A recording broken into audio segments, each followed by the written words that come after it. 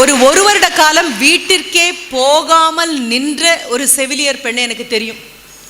ஒரு வருட காலம் அவங்களுக்கு ஆச்சு, ஒரு 60 இயர்ஸ் எக்ஸ்டெண்ட் ஆச்சு. 58 வயதுங்கிறது 60 வயதாக அவருக்கு எக்ஸ்டெண்ட் ஆச்சு. ஆனால் வீட்டு பக்கமே போக முடியாது, பேரம்பேத்தியை பார்க்க முடியாது, அங்கேயே நின்ற ஒரு பெண்மணி.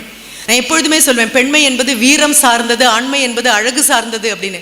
ஆண்களுக்கு முதலில் கண்ண தெரியக்கூடியது அழகாக இருக்கும், பெண்ணுக்கு மிகவும் தேவையானது வீரமாக இருக்கும். உண்மையான வீரம் அப்படின்னா போர் முனையில் நிற்கிறது மட்டும் இல்லை, அன்றாடம் நோயை பார்க்கும் போதும், நோயாளிகளை பார்க்கும் பொழுதும், வேதனையை பார்க்கும் போதும், வலியை பார்க்கும் போதும் எதையும் தன் இதயத்திற்கு கொண்டு போகாமல் அறிவு ரீதியாக நகர்த்தி வைத்து விட்டு ஆனால் இதயத்திலிருந்து அன்பை மட்டும் கொடுக்கறதுங்கிறது ரொம்ப பெரிய வீரம். நர்சிங்க்கு அந்த வீரம் தான் வேணும். It's not courage, it's bravery. It's not courage, it's bravery. எழுதிக்கோமா, உன்னை நர்ஸை பற்றி நான் டிஃபைன் பண்ணதை எழுது. நீ உன்னுடைய நர்ஸை யாராக இருப்பேன்னு பாரு. நான் எப்பொழுதுமே சொல்வேன்,